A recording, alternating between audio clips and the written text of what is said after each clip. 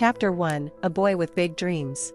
On April 20, 1889, in a small town called Braunau am Inn, Austria, a boy was born who would one day change the world, but not in the way anyone expected.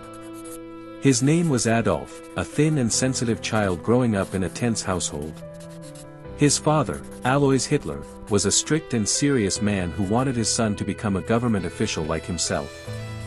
But Adolf had other dreams. He was passionate about painting and spent hours sketching buildings and landscapes. His mother, Clara, was the only one who supported him.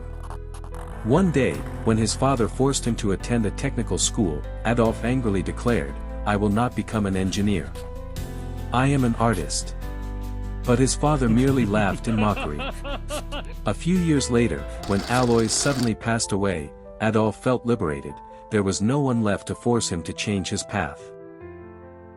Chapter 2, A Dream That Turned into a Nightmare. In 1907, young Hitler traveled to Vienna, filled with excitement, to apply for the Academy of Fine Arts.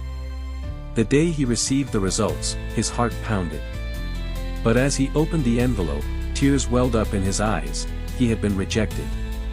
The professors told him that his paintings were not good enough. "No. They are wrong," he shouted, throwing his sketches on the ground. But fate was cruel. He tried again the following year and failed once more. Broke and homeless, he wandered the streets of Vienna, sleeping in shelters and selling hand-painted postcards to survive.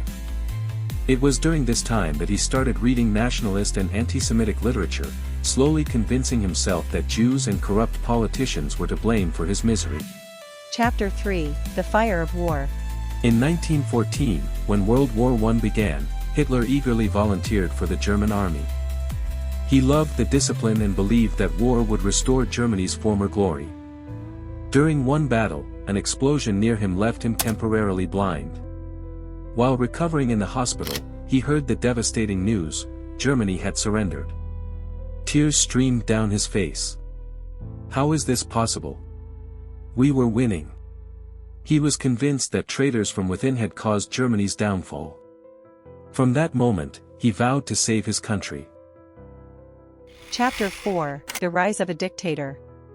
After the war, Hitler joined a small political group called the German Workers' Party. Thanks to his fiery speeches and charisma, he quickly became its leader and renamed it the National Socialist German Workers' Party, the Nazi Party. He promised to rebuild Germany's economy and rid the country of Jews, communists, and internal enemies. In 1923, he attempted to seize power in the failed Beer Hall Putsch and was imprisoned.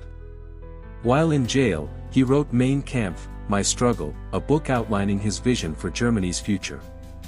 After his release, he used the Great Depression and people's desperation to his advantage.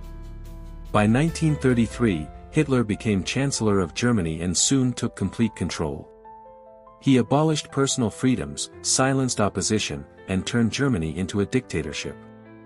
Nazi flags were everywhere, and people now called him the Führer, the leader. Chapter 5, The Beginning of the Great Catastrophe. Hitler believed Germany needed more land. In 1939, he invaded Poland, igniting World War II. His army conquered much of Europe, but he wanted more. In 1941, he made a fatal mistake: he invaded the Soviet Union. The harsh Russian winter and the fierce resistance of the Red Army devastated the Nazi war machine. Meanwhile, the United States entered the war, putting even more pressure on Germany. Chapter 6, The Fall of the Führer. By 1945, Allied forces had reached Berlin. The city was in flames, and the Germans knew defeat was inevitable. Deep inside an underground bunker, Hitler sat pale-faced and exhausted. His plans had failed, his army had crumbled, and there was no escape. On April 30, 1945, he and his wife, Eva Braun, chose to end their lives. With the sound of a gunshot, the life of the man who had set the world on fire came to an end. Final chapter, A Dark Legacy. World War II left millions dead, and Hitler was not only defeated but also remembered as a symbol of evil.